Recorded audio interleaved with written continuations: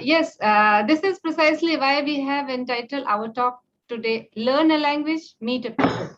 Being aware about cultural differences make us interculturally competent and help us to manage intercultural encounters. Intercultural encounters can be better understood by learning foreign languages. Knowing foreign languages allow us to fit in like the locals, no matter where we go, where we are. At this point, I would like to highlight that it is a complete urban myth that one has to completely master one language before attempting to learn another. Yes, and I hope the students listening it do not adopt such thinking. It would be waste to let the opportunity of learning a new language and consequently to have an exciting career just slip away. Now, before we delve any further into the courses that we offer, I think it's a good idea to present some numbers that are significant to our Center for Language Studies, or CLS for short. Could you tell us, our listeners, Sandhya, what the numbers 21 and 10 and 3 stand for? Well, the CLS has been around for 21 years, so it's the 21st anniversary of the center this year. The Center for Language Studies was created in 2001 to serve the foreign language needs of the Faculty of Arts and Social Sciences. It helps students acquire a very valuable economic and social resources in today's world of growing globalization and internationalization. And then number 10, currently 10 Asian languages and 3 European languages are being offered at the Center for Language Studies. Now, what does the number 12 represent, Daniel? Well, there are 12 minor programs that students can choose from. We were the first university in Singapore to offer a minor in language studies in 2017. With a growing number of students over the years and the call for a better recognition of our students' efforts in mastering a foreign language, it was about time that we did so. What about the number 99, Sandhya?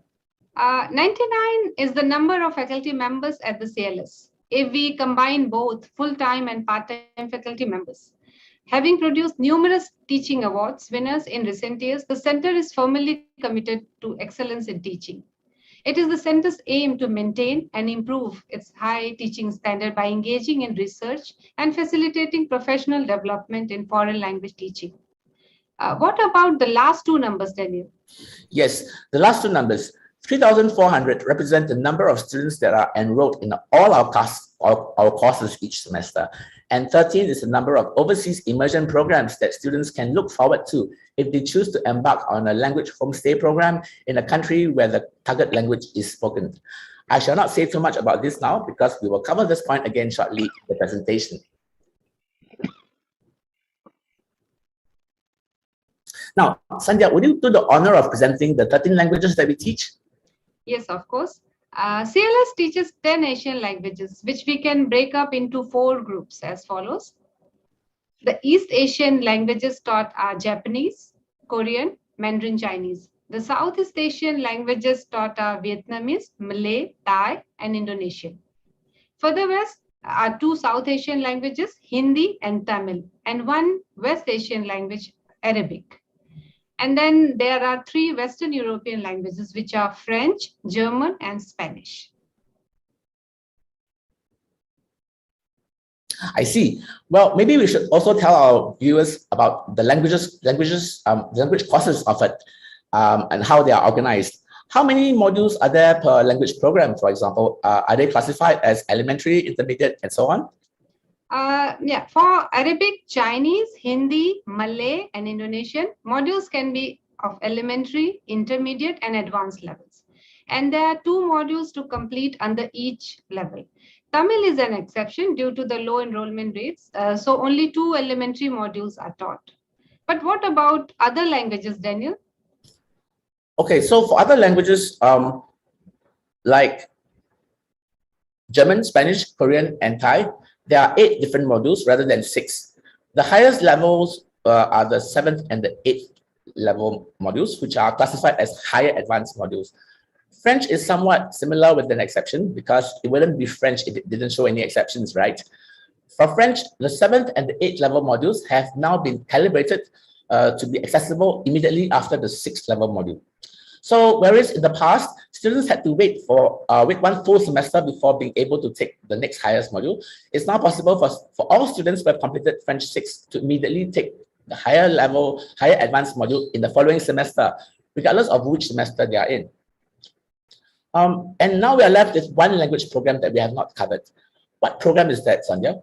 Yes, the Japanese program, because Japanese is also always exceptions.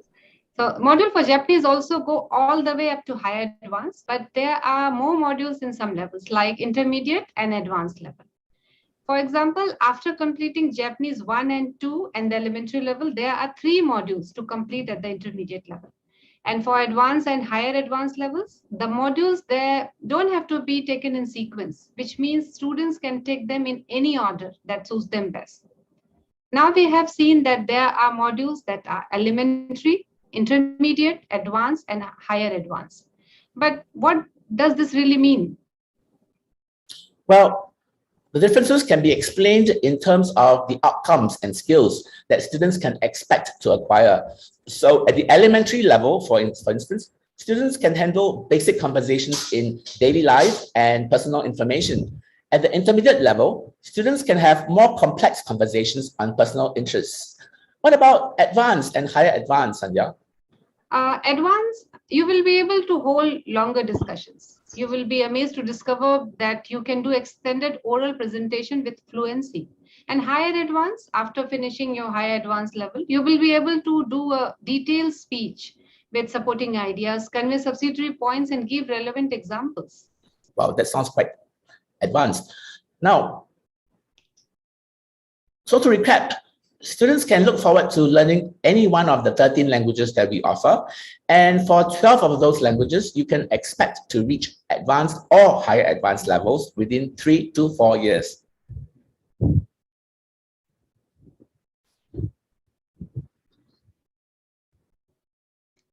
And eligibility for language modules. So anyone who is studying at NUS in any faculty or program is eligible to take up our language modules. They can learn a language, they can use it as their unrestricted electives, which you call UEs. And if they are interested, they can also do a minor in language studies. However, they must take note of whether they are complete beginners or they have some prior knowledge. If they are complete beginners, they can take our 1000 modules, which is level 1. And if they have some prior knowledge, they have to take a placement test to determine which level they should be placed at. For that, they should write to CLS office or language conveners. And of course, students may select the satisfactory, unsatisfactory option for any of our language modules, so long as they have not exceeded the number of SU modules. Do all students need to be complete beginners, Sandhya? If they intend to do level 1, they have to be complete beginners. But if they have prior knowledge, they have to go for placement test, and they can start from higher levels like level 2 or 3 based on their proficiency in the language. Placement tests are done usually before the semester starts. For semester 1, for semester 1, the placement test will be held from mid-July to first week of August, and for semester 2 from end December to first week of January. For those who are registered for the first module, and if they have some prior knowledge, but they didn't take the placement test before the semester start, there is still a chance for them to do the placement test. After they have declared that they have some prior knowledge, they will be invited to sit for the placement test. There's the exception of students opting to take French, German, or Korean under the language preparation program, especially if they intend to do an exchange semester in a French-speaking, German-speaking, or Korean-speaking university. For this program, students have to be complete beginners and must take the first 4 levels within their first 2 undergraduate years. This table shows the modules that one should take in their first and second years before embarking on their exchange semester. Notice that there is an opportunity for students learning French and German to receive the Language Immersion Award at the end of their first year to undergo a linguistic immersion program. Yes, if you study French or German and would like to visit Europe to experience it firsthand, this is the ideal opportunity for you. The CLS offer a language immersion award for students learning French and German. These awards give students the opportunity to experience life in a non-English speaking environment, and the program will be invaluable in increasing your French or German language proficiency. The application for Language Immersion Award is open to Year 1 Language Preparation Program, which is LPP, students who are taking French 2 or German 2 in the semester 2. How about minor in language studies, Daniel? Yes, we mentioned that NUS is is the first university to offer a minor in language studies in Singapore. And there are a total of 12 minors that students can choose from.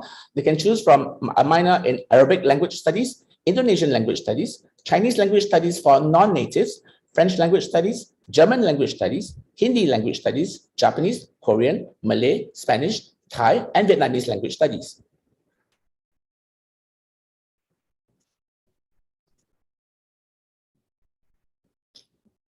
The MC requirements for So what are the MC requirements for the minor for language studies, Sandhya? Yes, we have the MC requirements for minor. If you want to graduate with a minor in language studies, you have two options.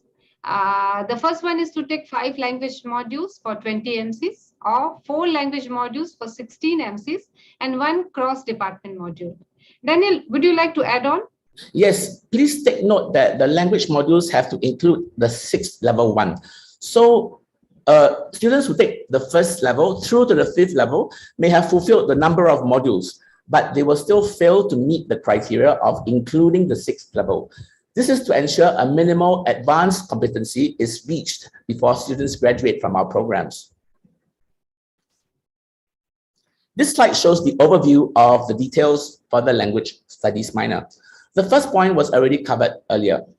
What are the other conditions for the minor, Sandhya? All the modules must be read at NUS. If you have read modules outside NUS, then it will not count towards the fulfillment of minor in language studies. Unless, of course, the modules have been successfully mapped to the ones being offered at the CLS with the identical module codes. Yeah. Are there requirements on the starting modules to meet the requirements? Well, the starting module for all students without prior knowledge has to be the level 1 module, whose code ends with the number 1201. However, we also welcome students with prior knowledge to join us in any of the higher language modules if they successfully get placed after taking the placement test.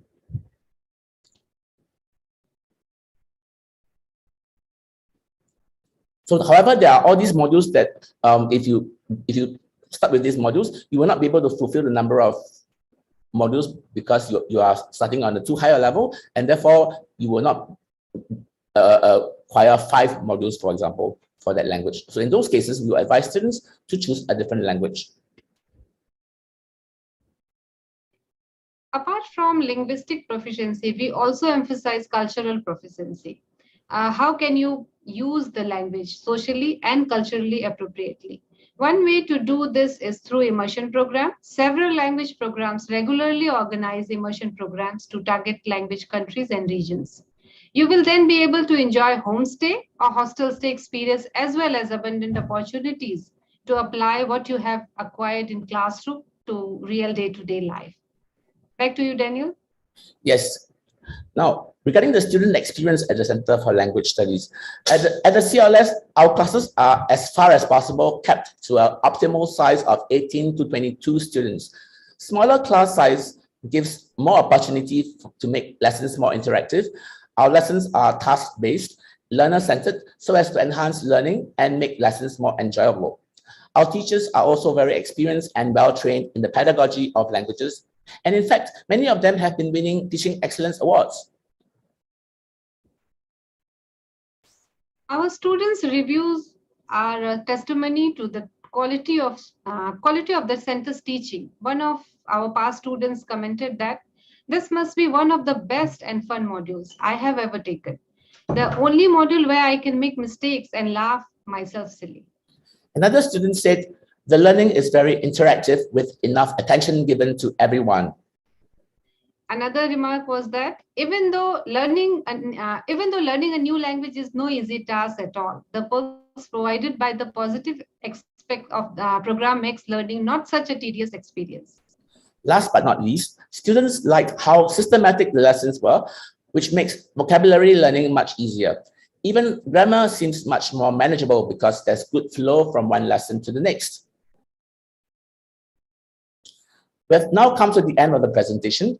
We would like now to show you a video presentation of our center for you to have a better idea of some of the items presented earlier in the talk.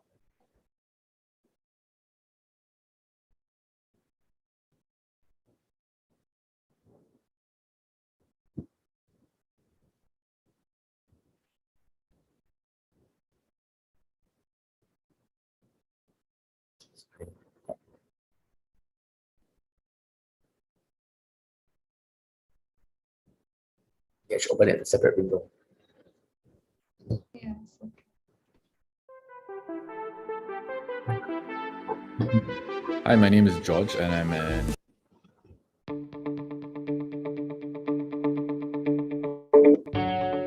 I pick up a new language out of curiosity. Language is like a key to a door with many surprises behind it. And it's hard not to be curious. CLS gave me language skills that are practical and useful in real-life settings. I took up Vietnamese language because I see the impact it can have in the emerging economy in the current world. I was mesmerized by the Thai and Vietnamese languages. I decided to take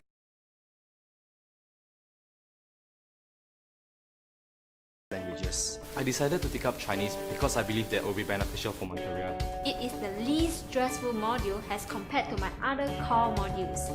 Besides, I've also established strong connections and cross-cultural friendships. Language classes were my favorite out of all the classes. Lessons were really interesting. Hindi classes were super fun and memorable. It was the class that I always look forward to. Learning a language is challenging and requires great determination, but you will be proud of yourself after completing it. The teachers at CLS always made the classes so engaging and fun. We were always motivated to step outside our comfort zones. I like the smile you get when you go overseas and surprise locals by speaking to them in their local tongue. Knowing a new language, we were also able to engage in deeper conversations with the locals during our SEP immersion. I can now confidently communicate with people in Japan.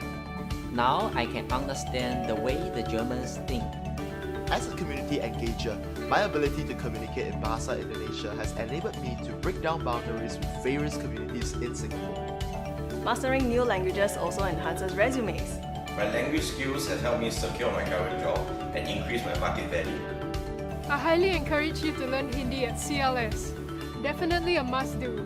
Learn a language that you are genuinely interested in and start early. Start early. Your workload isn't as heavy in your freshman year. Open your eyes on a global and international scale. Start early in your academic career. Very meaningful. Experience. Unforgettable. Life-changing. Exciting. CLS is a great place to start your language learning journey, so don't hesitate to pick up a new language today.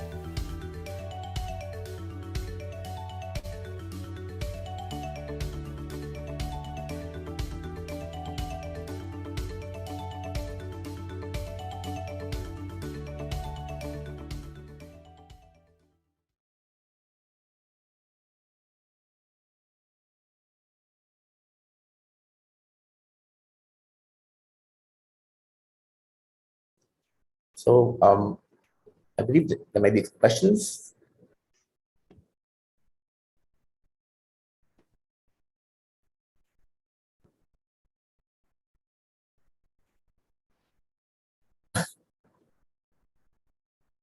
This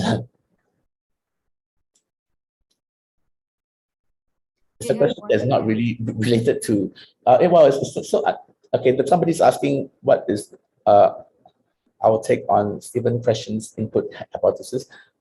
It's definitely a hypothesis that stands because it's still around after so many years, and it definitely makes more sense. I mean, it definitely makes learning easier when you understand what you are learning rather than just.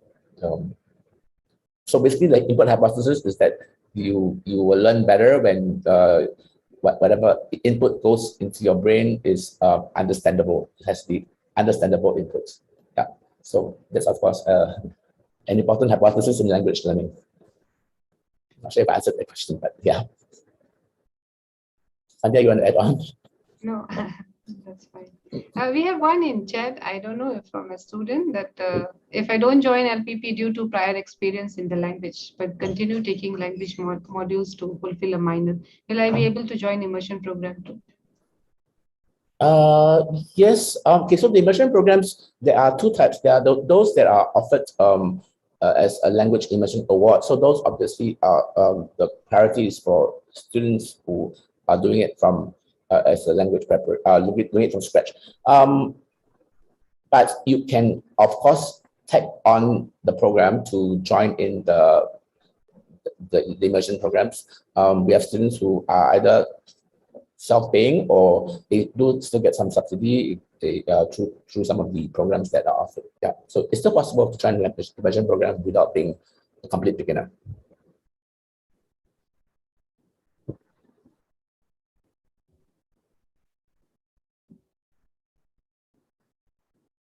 Any more questions?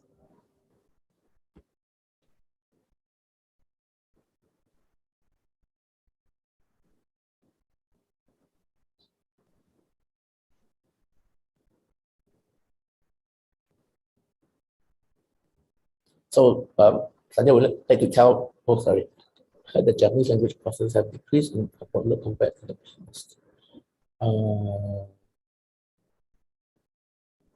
Okay, I'm not able to answer this question because it's specifically relating to the Japanese language courses.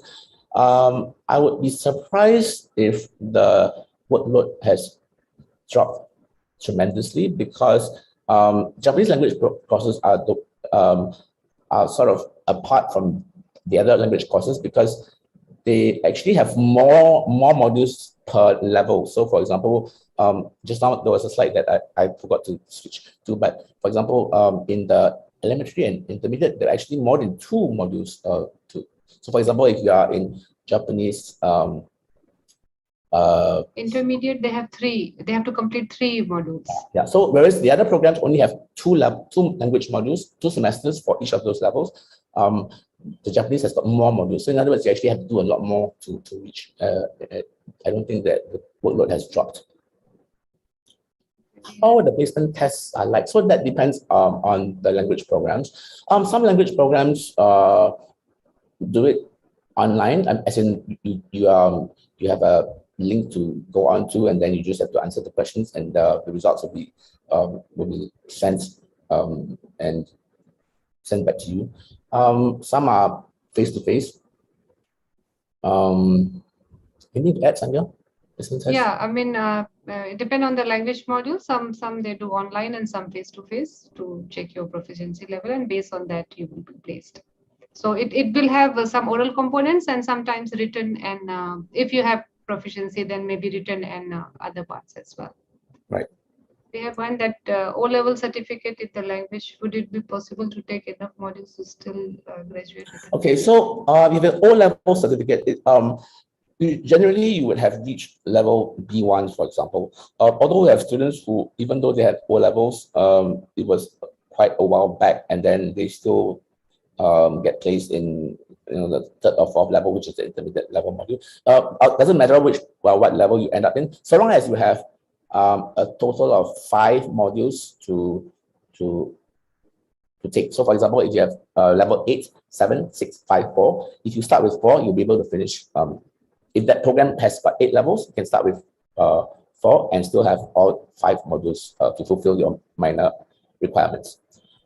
Yeah.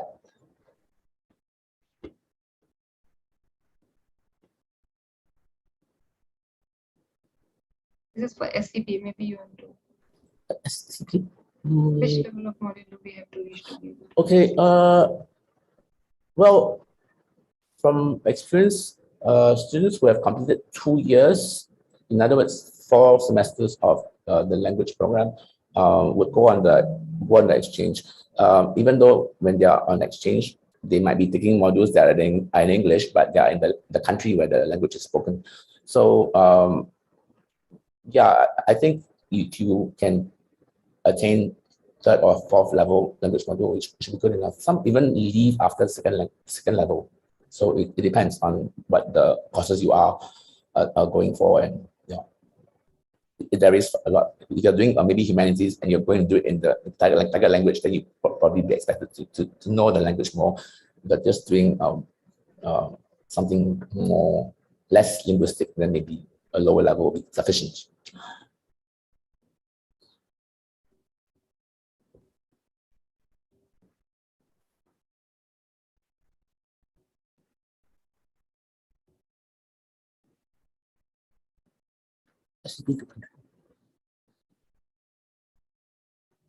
Any other questions? These are with answered.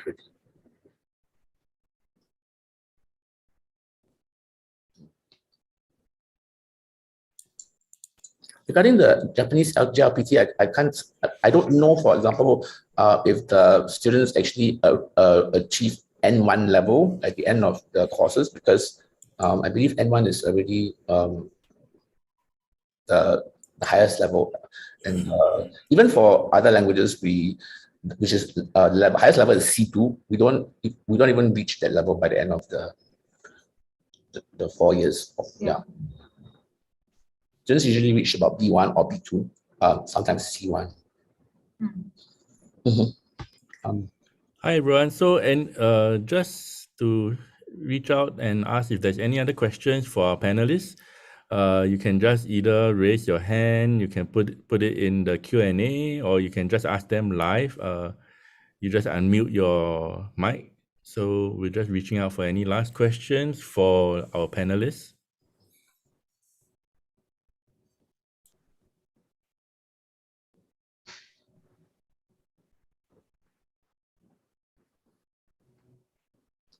Most people are waiting for the recordings. The number of participants are not very high. So Or maybe they're on YouTube. They can't ask questions on YouTube. Can they? I don't know. I have to check that.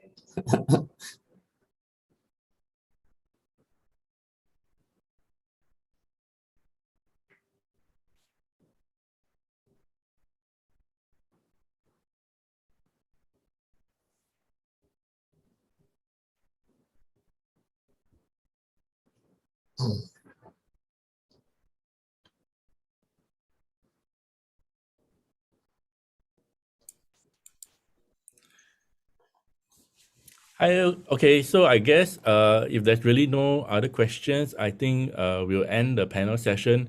We would like to extend thanks to Dr. Daniel and Dr. Sanya for their time today, and really for sharing a very informative session on the languages itself. So right now, as you can see, we're running a poll to let us know and give us some feedback on the session itself. So if you could just take some time to go through, read through the poll and let us know how we can improve, it would be so great.